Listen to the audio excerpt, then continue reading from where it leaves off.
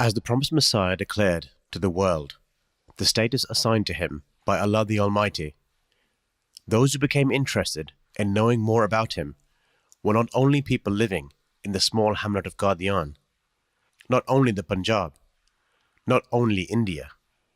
Rather, his claim attracted the attention of the whole wide world. The vernacular newspapers of India would show a great deal of interest in almost everything he said or did, but the grandeur of his claim was such that the worldwide press appeared equally interested. The British government of India could not ignore the growing attention. The Gurdaspur Gazetteer made mention of the promised Messiah and gave a detailed introduction. The British government, which was obviously because India was under the British Raj at that time, so the British Indian government rather, was very much interested in knowing what went on in any realm of the Indian society. And religion being a very important part of the Indian society, the British government seems very keen on knowing what is going on in the religions that existed at that time or coexisted at that time in the British India. And we see that at the time when the claim of the promised Messiah ﷺ appears on the scene, the government is intrigued and they're curious to know what this man has to say.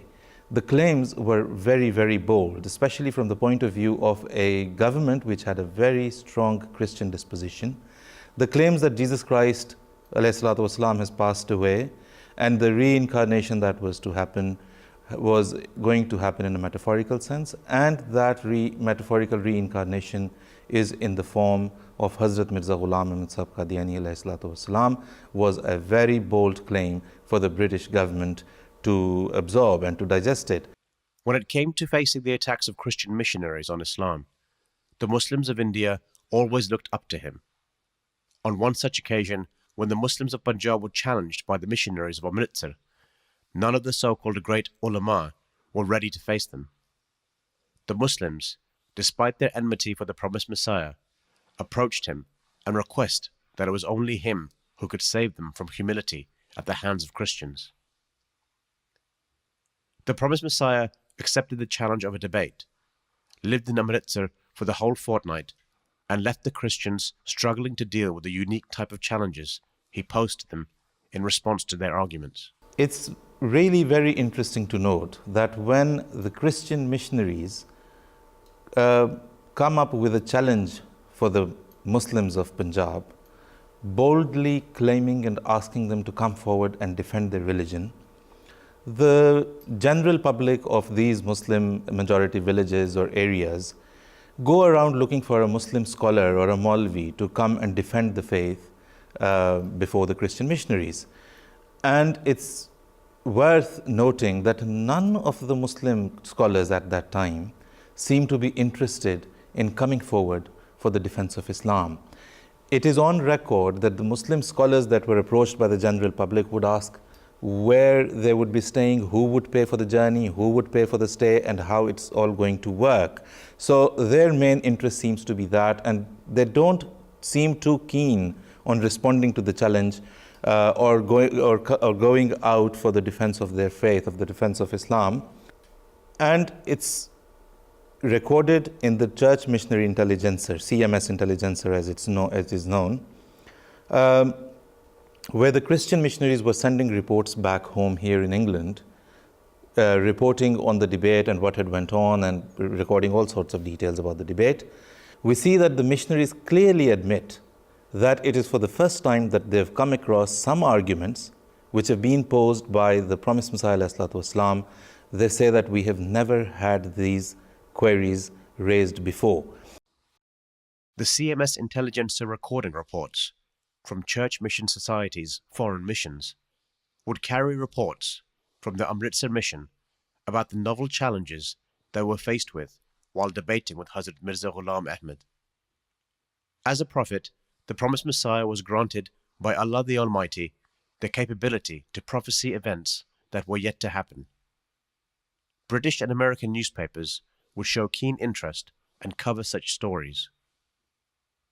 The prophecies to do with plague, with the annihilation of the false prophets like Dowie and the false gods like Pigott, were all over the British and American press. The interest in the claims and the personality and the character of the Prophet ﷺ is not only limited to the government circles or to the missionaries who were in direct contact with the Prophet ﷺ. The British press, or the Western press I should say, because we find reports in American newspapers as well. So the press in the West was deeply interested in finding out and knowing about Hazrat Mirza Ghulam Sahib Qadiani alayhi salatu wasalam, his claims, and the prophecies especially that he made from time to time when he was given knowledge about something, about an event that was going to happen in the future, and he prophesied it and he publicized it, and the British press would pick it up, or the Western press would pick it up and publicize it here in the West as well. So when the Prophet ﷺ makes a claim about the plague in Punjab, we see that there are reports published here in the Western newspapers. The Prophet ﷺ challenges a false claimant of prophethood, Alexander Dowie. We see that the newspapers are filled, literally filled, with news about the challenge that has been sent to Dowie, how Dowie has responded, whether he has responded or not. And then when eventually Dowie comes to his prophesied end, the newspapers again pick up the story and publish it, and the challenge given by the Prophet ﷺ is highlighted.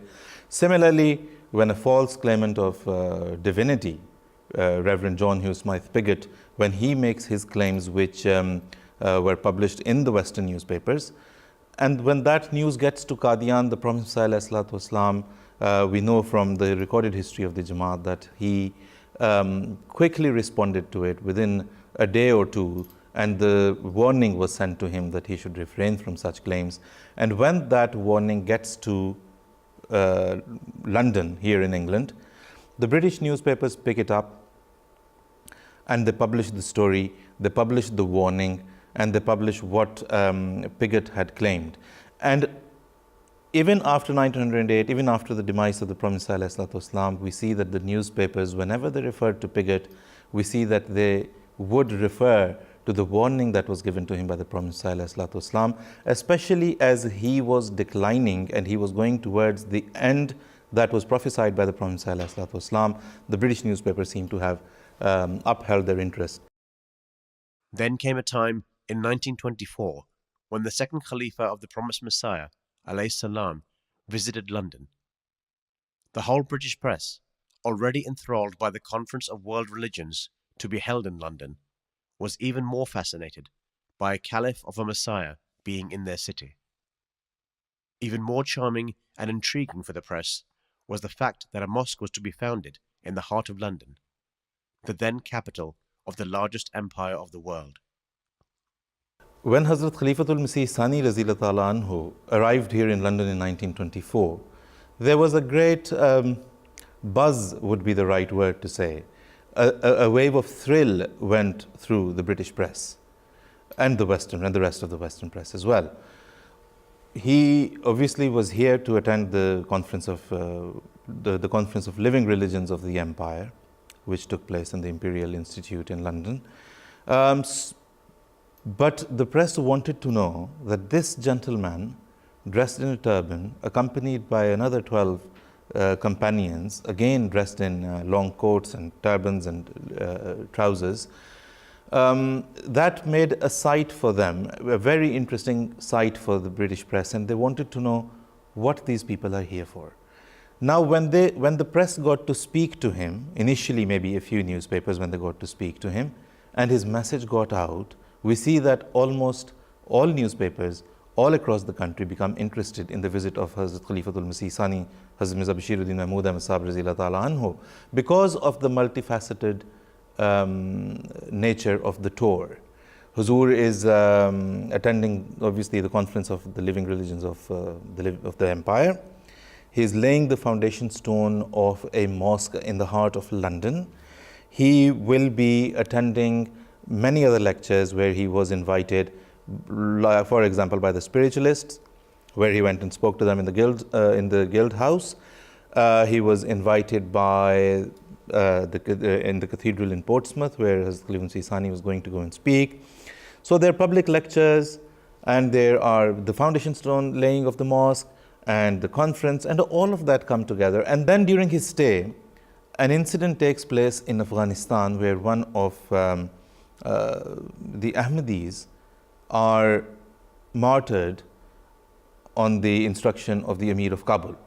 When that news gets to the headquarters in Qadian, it is immediately cabled to Hazrat Khalifatul Masih Sani Raziyallahu Ta'ala Anhu, Hazrat Khalifatul Masih the second Raziyallahu Ta'ala Anhu, who was here in London. That gets cabled to him. As soon as the news got to Hazrat Muslim Maud Raziyallahu Ta'ala Anhu, he asks his secretaries to arrange a protest meeting at a location where it's possible for dignitaries and people of significant influence to come and attend it. So we see that a meeting is held in Essex Hall, which is in Strand, which is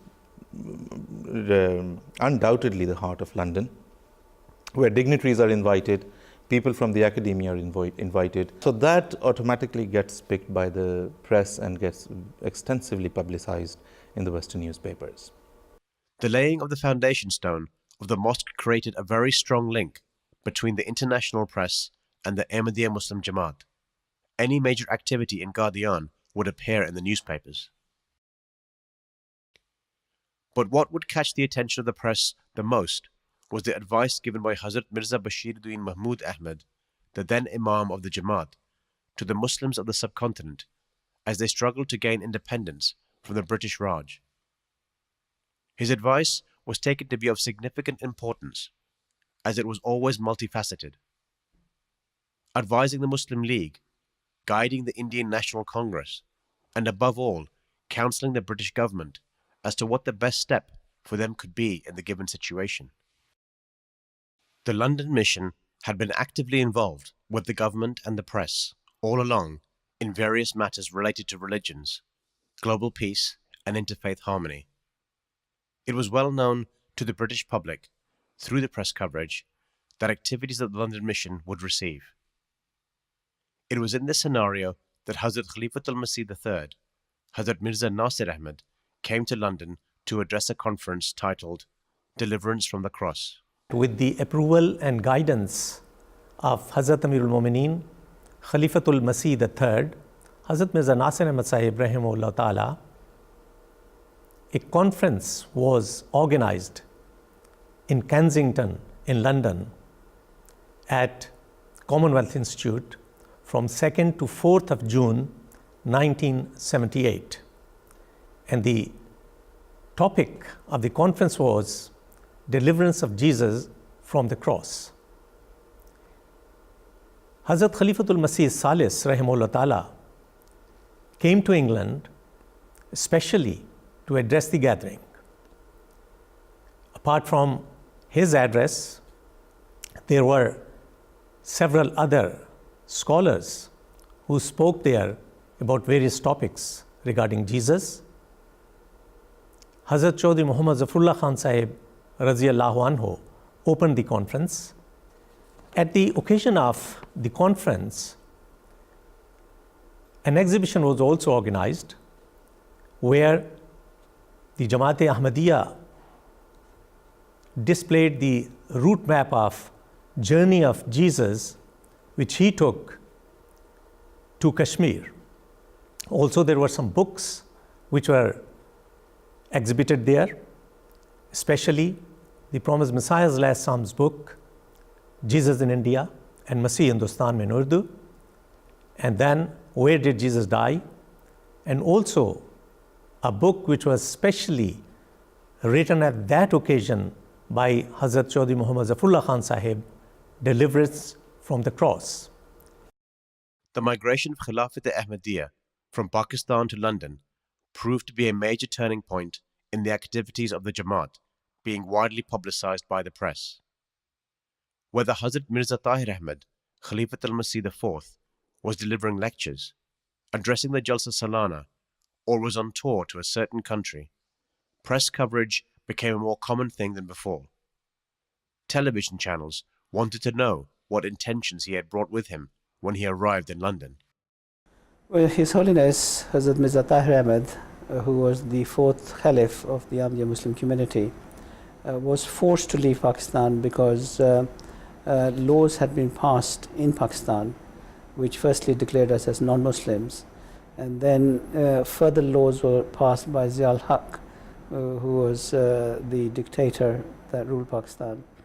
And the laws meant that His Holiness could not even do his Friday sermon from there, because it would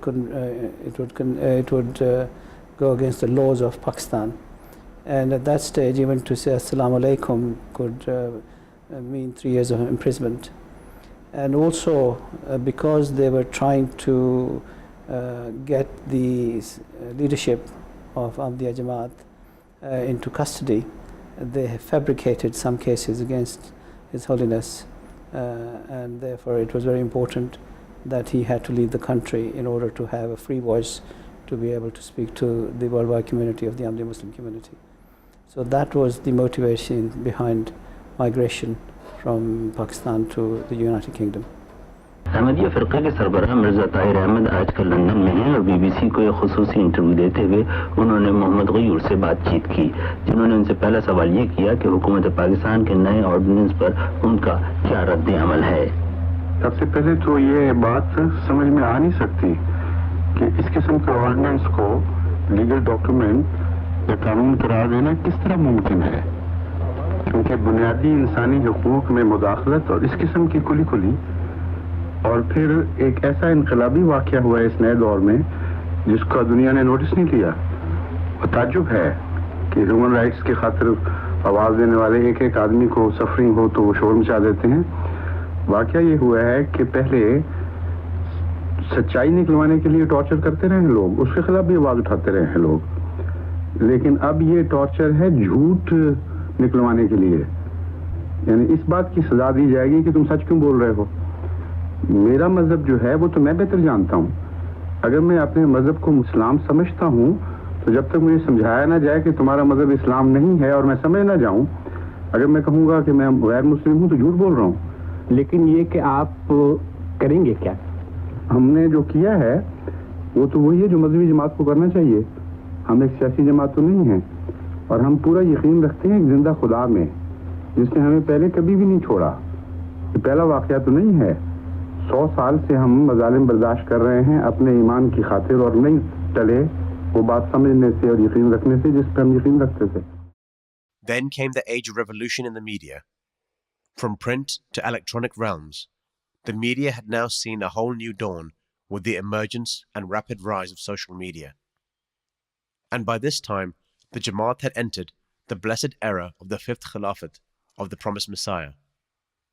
This meant that virtually every word said by the Khalifat al-Masih would now reach to the corners of the earth in minutes, if not seconds. This blessed era began at a time when the world was beginning to see Islam and violence as two names of the same phenomenon. Islam was patented as the one factor that jeopardized global peace. No one seemed ready to ask or even listen to a response from the Muslim side. It was in such a tumultuous scene that this man, the Khalifa of the promised Messiah, the Imam of the Ahmadiyya Muslim Jamaat, this man of peace came forward to explain what Islam actually stood for. Alhamdulillah, with each year that passes, the media coverage, the exposure of the Jamaat continues to increase. And the wider world over the past 15 years of Huzur's blessed Khilafat have come to see and hear and understand much more about Khilafat-e-Ahmadiyya. And I've seen with my own eyes over the past 10, 11 years how Allah Ta'ala continues to bless the efforts of Huzur and to propagate the message of the Jamaat through the media. I've seen Huzur in countless interviews in the United Kingdom, in the United States, in Europe, in Africa, in different parts of the world, Far East. And you always see that no matter what, the journalists come away very, very impressed by Huzur's personality. The media was soon to realize that it was here that a different interpretation of the Quran existed. The Muslims were not ready to accept Ahmadiyya interpretation of the Quran, but their scholars were soon seen imitating the same ideology as preached by Hazrat Khalifatul Masih V. This ideology, initially given by the promised Messiah, was conveyed to the world by this triumphant successor of his. This ideology of a peaceful and harmonious Islam, that was always branded as a heresy by Muslims, was now to become the only acceptable, practicable, and audible message of Islam.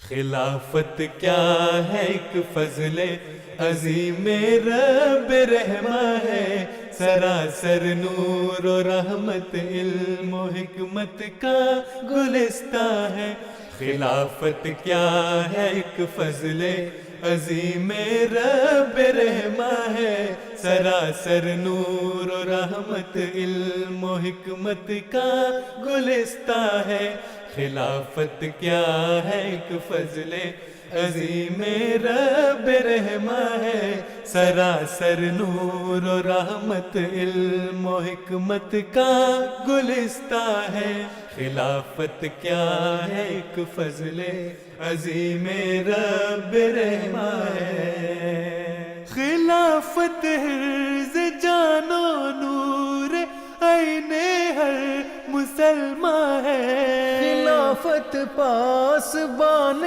امت فخر رسولہ ہے خلافت جلوہ قدرت ثانی کی حامل ہے خلافت نصرت و تائید ربانی کی حامل ہے خلافت درس گاہ علم و عرفان الہی ہے خلافت اس زمین پر آسمانی بادشاہی ہے خلافت اس زمین پر آسمانی بادشاہی ہے خلافت پر تب فیضان و انوار نبوت ہے نظام اس کا سراسر عکس دربار نبوت ہے خلافت کیا Hazrat Mirza Masroor Ahmad, Khalifatul Masih V,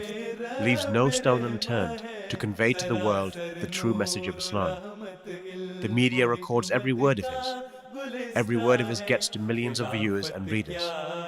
Every word he says is secured for all times to come.